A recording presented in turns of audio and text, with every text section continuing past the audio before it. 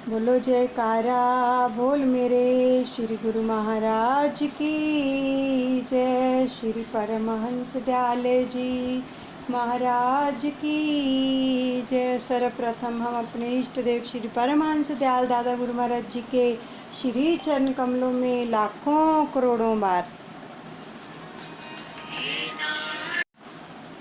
श्री परमहंस दयाल दादा गुरु महाराज जी के श्री चरण कमलों में लाखों करोड़ों बार दंडवत प्रणाम करते हैं और सभी परमहंसों के चरणों में भी दंडवत प्रणाम करते हैं। और हम श्रवण करने जा रहे हैं श्री अमर ज्योति दर्शन पंचम पातशाह जीवन चरित्र। उससे पहले अपने दादा गुरु महाराज जी से आशीष लेंगे, उनको नमन करेंगे, उनका आशीर्वाद लेंगे। सभी बड़े प्रेम से नमन कीजिए।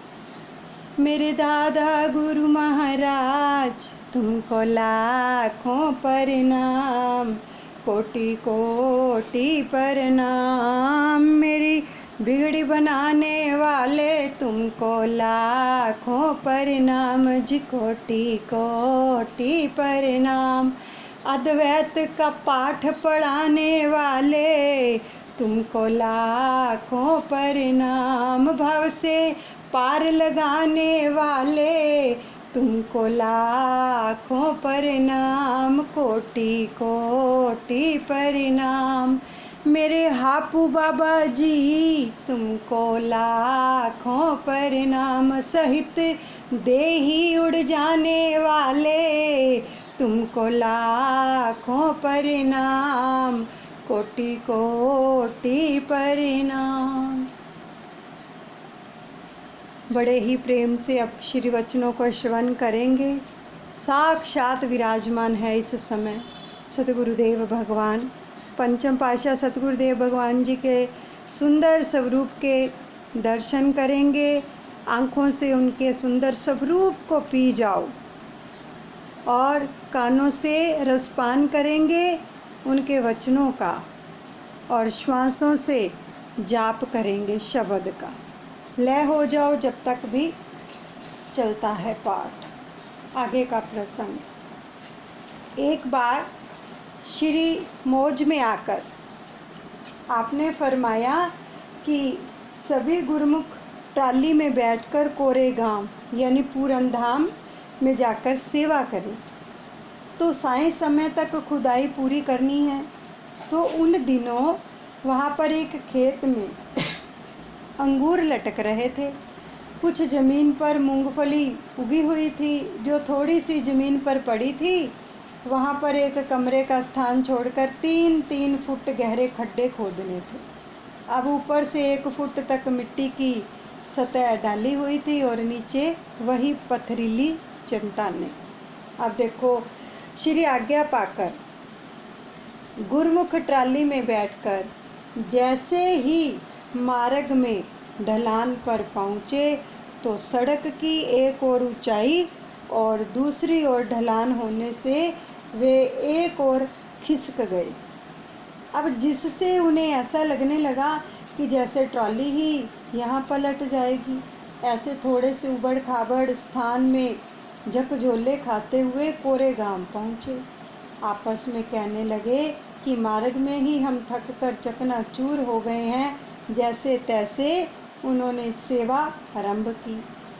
अब 1 फुट तक तो खुदाई सरलता से हो गई और अब आगे गेंती की चोट से पत्थर की चिंगारियाँ निकलती, परंतु 1 इंच भी पत्थर का टुकड़ा वहाँ से ना हिलता। अब दोपहर के होते होते सभी गुरुमुख सुस्ताने लगे, सुस्ती छा गई। अब तरबतर हुए पसीने को सुखाने के लिए अंगूरों के खेत में जा बैठे तो परस्पर विचार विमर्श करने लगे कि इसी ज़मीन में पहले इतने गड्ढों की खुदाई कैसे हुई होगी। अब 1 फुट की गहराई तक मिट्टी तो मिल गई है, पहले यहाँ मिट्टी का नामो निशान नहीं था। तो हमारे महाप्रभु जी को देखो कि स्वयं तो श्री प्रयागधाम में छाया में विश्राम कर रहे होंगे। कभी सेवकों को हनुमान का दर्जा देते हैं तो कभी अपने संग ग्वाल बाल का प्रसंग सुनाते हैं। आज उन ग्वाल बालों और हनुमान को बुला दिया ऐसे ही प्रेम के उपालंब देते हुए कभी हंसने लगते हैं तो कभी आंखें मूंदकर उसी स्मृति में खो जाते हैं। अब उधर आपने दोपहर के समय कुछ प्रसाद एवं शरबत का सामान कार में रखवाया। देखो, इधर प्रेमी पुकार करता है, उधर प्रभु व्यवस्था करके चल देते हैं और स्वयं भी श्री कार में विराजमान हो गए। कितनी चिंता करते हैं, क्योंकि धूप थी ना। सभी क्या कह रहे थे कि कभी ख्याल नहीं किया आज ग्वाल वालों का, हनुमान का। तो देखो, उधर तो व्यवस्था हो रही है, प्रेमियों को क्या पता। तो इधर गुरुमुख जो थे उनके उपालंब आरंभ ही हुए थे कि मधुर मधुर हारन बजाती हुई कार की ध्वनि ने सबको आश्चर्यचकित कर दिया और महाप्रभु जी मुस्कुराते हुए उनके पास पहुंच गए और फरमाने लगे, हनुमान भी अपना बल स्वयं भूल जाता है क्या? स्मरण करवाने पर उसमें अथाह पराक्रम भर जाता है। वह अपनी आत्म स्थिति को पहचानता और असंभव कार्य को भी संभव कर दिखलाता। अब ग्वाल वालों ने भी सखा भाव के में साथ रहकर सेवक बनने का वरदान पाया और आप गुरुमुख भी अपने वास्तविक स्वरूप को भूल जाते हैं और स्वयं को निर्बल समझने लगते हैं। ऐसा कहकर सबको ठंडा ठंडा शरबत पिलाया और फरमाया कि ये अंगूरों के गड्ढे भी सेवकों ने खोदे हैं, अभी ये अंगूर कच्चे हैं। सभी गुरुमुख एक एक मुट्ठी ज़मीन में से मूंगफली निकालो और उसे खाओ। इसकी गर्मी से गर्म होते ही जोश आएगा और धरती भी मोम की तरह बन जाएगी। वचन फरमा दिए प्रभु ने। तो यह एक दृश्य था कि सब हाथों में मूंगफली निकाल कर खा रहे थे।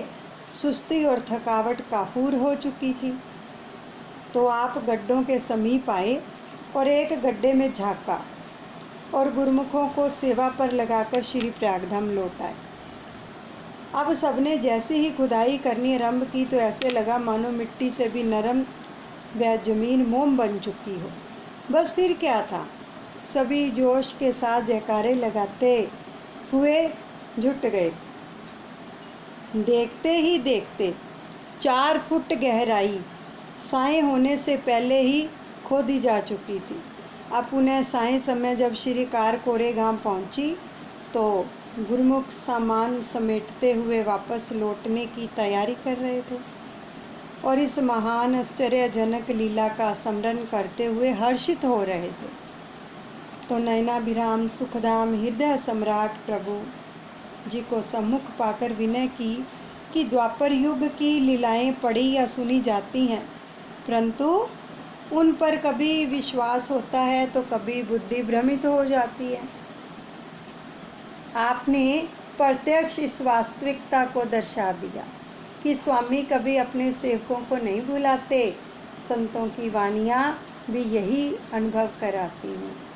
चरण दास गुरुदेव जू ब्रह्मा रूप सुखदाम, ताप हरन सब सुख करन, दया करत परिणाम।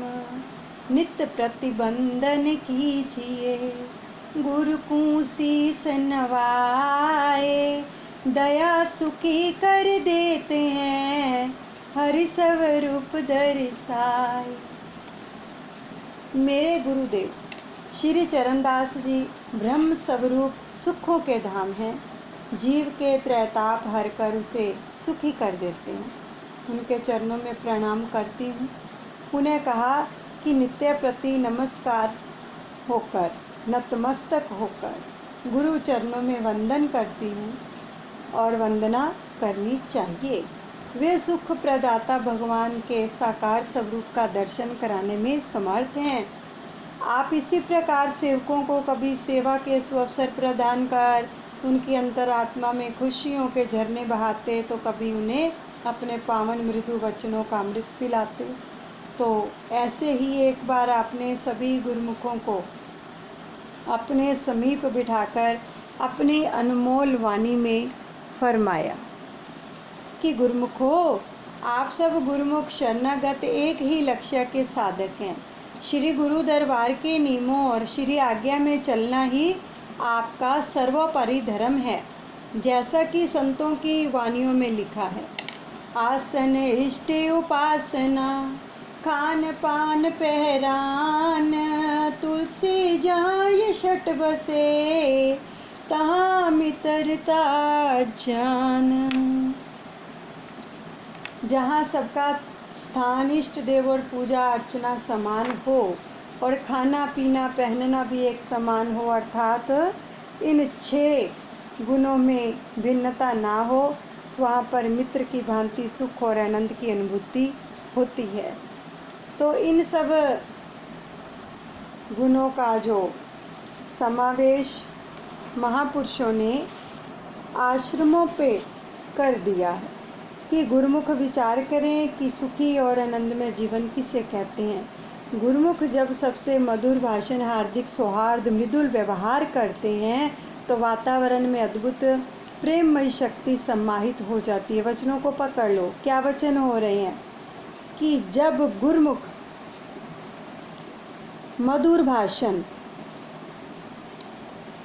भाषण अगर भाषण भी दे रहे हैं तो उसमें मधुरता हो और हार्दिक सौहार्द, हृदय में प्रेम हो, सौहार्द हो और मृदुल व्यवहार करते हैं। जब सबके साथ प्रेम से भरा हुआ व्यवहार करते हैं तो वातावरण में अद्भुत प्रेममयी शक्ति सम्माहित हो जाती है। ये हम सबके लिए भी वचन है। अपने घर के अंदर भी ऐसा माहौल हमें रखना चाहिए।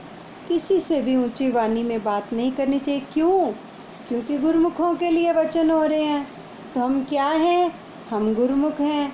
तो इसलिए हमारा जो व्यवहार है सबके प्रति कौन सा होना चाहिए? मृदुल व्यवहार होना चाहिए। और जब हम बोलें तो हमारी वाणी भी मधुर होनी चाहिए। हृदय में सबके प्रति सौहार्द यानी आदर भाव होना चाहिए हृदय के अंदर। तो ये क्या हो गया? विचार, वाणी, व्यवहार की साधना बता रहे हैं। तो सच में वो वातावरण वहाँ का क्या बन जाएगा? वहाँ प्रेममयी शक्ति सम्माहित हो जाएगी, सकारात्मक शक्ति वहाँ पर प्रकट हो जाएगी। तो भजन सिमरन में सुरती स्वतः ही लीन होने लगती है। जो ऐसा अपना जीवन बना लेते हैं ना, तो फिर जब भजन पर बैठते हैं ना तो उनकी सुरती स्वतः ही उसमें लय होती चली जाती है। अब देखो, स्वभाव किसी का गर्म है, व्यवहार अच्छा नहीं है, ऊंची वाणी में बात करते हैं, किसी का आदर नहीं करते हैं, प्रेम से नहीं बोलते हैं, अपशब्द अपनी वाणी से बोलते हैं, तो सच बताओ क्या भजन में मन लगेगा? नहीं लग सकता जब तक हृदय शुद्ध नहीं होगा। प्रभु फरमा रहे हैं अपने इन गुणों को अपने अंदर हमें उत्पन्न करना है, मनन करना है वचनों के ऊपर, तभी हमारा मन सुमिरन में लग पाएगा, तभी सुरती सुमिरन में लय हो पाएगी। कितने सुंदर वचन आ रहे हैं, लेकिन पकड़ना है इनको, आज से ही इन पर मनन करना है। ठीक है? तो कारण कि बाहरी वातावरण में परस्पर प्रभु गुणगान व महिमा का गायन, अंतर मन में आत्म उल्लास की स्थिति, ये सब जीवन में नई स्फूर्ति भरकर इसे आंतरिक सुख और सुगंधित महकते फूलों सा सुवासित बनाए रखते हैं। अब गुरुमुख सब मिलकर ऐसा वातावरण बनाए रखें जिससे स्वयं भी आनंद सुख प्राप्त करें और संपर्क में आने वाले जिज्ञासुओं को भी इसकी अनुभूति हो। देखो, अगर हमारा स्वभाव नरम है, हम सबसे प्रेम से बोलते हैं, सबका आदर करते हैं, तो हमारे संपर्क में जो भी आएगा तो उसको भी क्या ये अनुभूति होगी प्रेम की? ठीक है, फरमा रहे हैं। तो इस प्रकार से ऐसा वातावरण हमें बनाना है, अपने घर के अंदर भी और बाहर भी। तो महापुरुषों का इससे मिशन पूरा होगा और इसी में ही उनकी प्रसन्नता है। खुश होंगे महापुरुष कि गुरुमुख उनके वचनों पर चल रहे हैं। सभी प्रेम से व्यवहार कर रहे हैं, अच्छा बोल रहे हैं, वाणी में मिठास है और भजन सिमरन कर रहे हैं, तो कितनी प्रसन्नता मिलेगी। तो फिर श्री सतगुरुदेव महाराज जी ने आगामी समय में आश्रम के अनुयायियों के लिए वेशभूषा, रहन सहन आदि में परिवर्तन कर विशेष रूप प्रदान किया। फिर आपने वचन फरमाए कि सादगी में रहते हुए सूती वस्त्र का उपयोग करो। सादगी में रहना है और सूती यानी कॉटन के वस्त्र उपयोग में लाने हैं। श्री आरती पूजा तथा सत्संग भवन में जाते हुए श्वेत वस्त्र धारण करें जो वहाँ के अनुयायी हैं। श्री आरती पूजा और सत्संग भवन में जब जाएं तो श्वेत यानी सफ़ेद वस्त्र पहने। सेवा के समय हल्का रंग पहन सकते हैं, जब सेवा करते हैं तो हल्का रंग पहन सकते हैं। विचारों की शुद्धता पर सर्वदा ध्यान दें। जहाँ जहाँ भी रह रहे हैं, जो भी सेवा कर रहे हैं, उनके विचार शुद्ध होने चाहिए। कितना समझा रहे हैं गुरुदेव, जीवन को सार्थक बनाने के लिए। इन्हीं से ही जीवन सार्थक बनता है, क्योंकि जब तक इन चीज़ों को नहीं अपनाएंगे तब तक जीवन सार्थक नहीं होगा, प्रभु की प्रसन्नता नहीं ले पाएंगे। और शुद्ध रखना है विचारों को, और सात्विक भोजन, सात्विक रहन सहन का मन पर अति उत्तम प्रभाव पड़ता है इन चीज़ों का। और श्री आज्ञा को सदैव सम्मुख रखते हुए उठते बैठते सोते जागते नाम सुमरन करें। अभी भी बैठे हैं तो सुमरन सबका चलना चाहिए। भले हम श्री वचनों को श्रवण करें, लेकिन साथ साथ में प्रभु के वचन है कि अपने श्वासों में सुमरन चलता रहे। किसी की निंदा अथवा बुराई ना करें। आज से ये प्रण कर लो जितने भी वचन आ रहे हैं। इसलिए बोलते हैं कॉपी पेन लेकर बैठा करो। प्रभु के कितने सुंदर वचन आए, आज जीवन को बदल कर रख देंगे। अगर हम इन वचनों पर चलेंगे, इन पर मनन करेंगे, सच में जीवन बदल जाएगा। किसी की भी निंदा और बुराई नहीं करनी। आज से प्रण कर लो, किसी की भी अगर कोई करता भी है तो हमें सुननी नहीं है, बिल्कुल भी। ठीक है। श्री आज्ञा तथा नियमों का पालन करते हुए सुखपूर्वक जीवन यात्रा तय करें। अब श्री वचनों पर आचरण कर गुरुमुखों ने स्वयं में अद्भुत परिवर्तन पाया। जिन्होंने मनन किया तो परिवर्तन तो होगा ही, क्योंकि वचनों में पावर होती है।